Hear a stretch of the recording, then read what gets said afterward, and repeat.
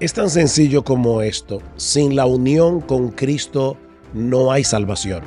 Por el hecho de que lo que Dios nos da al creer en Cristo es a Cristo mismo. A veces nosotros pensamos que la vida eterna es como algo externo que el Señor infunde en nosotros cuando nosotros nos convertimos al Señor y creemos en Él. Pero es mucho más que eso. Es que por medio del Espíritu Santo nuestra vida es unida a la vida de Cristo de tal manera que la experiencia de Jesús ahora es mi propia experiencia. Pablo dice en Efesios capítulo 2 que nosotros fuimos resucitados con Cristo. Primero fuimos muertos con Cristo, resucitados con Cristo, hemos ascendido con Cristo porque nuestra vida está unida a Cristo. Lamentablemente, ese es un tema del que no se predica mucho hoy en los púlpitos, en las iglesias evangélicas, por lo menos no en América Latina. Es interesante notar que en el Nuevo Testamento la palabra cristiano, que es la que nosotros más usamos para referirnos a los que creen en Jesús, casi no aparece en el Nuevo Testamento. Es muy escasa. Sin embargo, la frase en Cristo, en Jesucristo, en Él, aparece más de 120 veces solamente en los escritos del apóstol Pablo.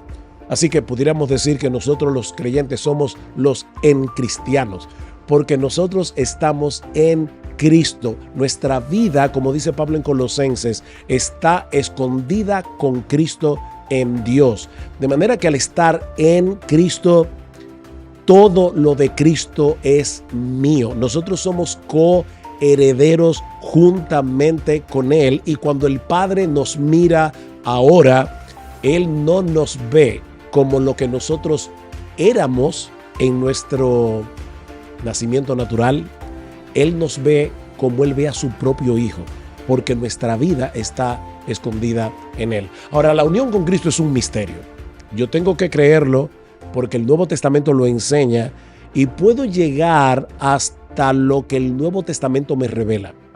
Pero hay mucho de la unión con Cristo que nosotros no entendemos ni vamos a entender de este lado de la eternidad. Pero sigue siendo una doctrina central del Evangelio y es precisamente por eso que dedicamos todo un capítulo del libro a hablar de la unión con Cristo. Quizás lo más elemental para responder esa pregunta es que el Evangelio nos libra de la culpa del pecado, porque nosotros recibimos en Cristo perdón y justificación. La justicia perfecta de Cristo es puesta en nuestra cuenta por medio de la fe. Y alguien decía, pecado que no ha sido justificado, pecado que no puede ser mortificado. Yo tengo que partir de la premisa de que he sido perdonado por Dios, de que Cristo me limpió con su sangre y a partir de ahí, entonces yo puedo comenzar a trabajar con mis pecados, a luchar con mis pecados, pero sabiendo que ya estoy en un terreno de victoria, no en un terreno de derrota. El Espíritu de Dios mora en mí, he sido perdonado, he sido justificado, he sido librado de no solo de la condenación del pecado, sino también de la esclavitud del pecado.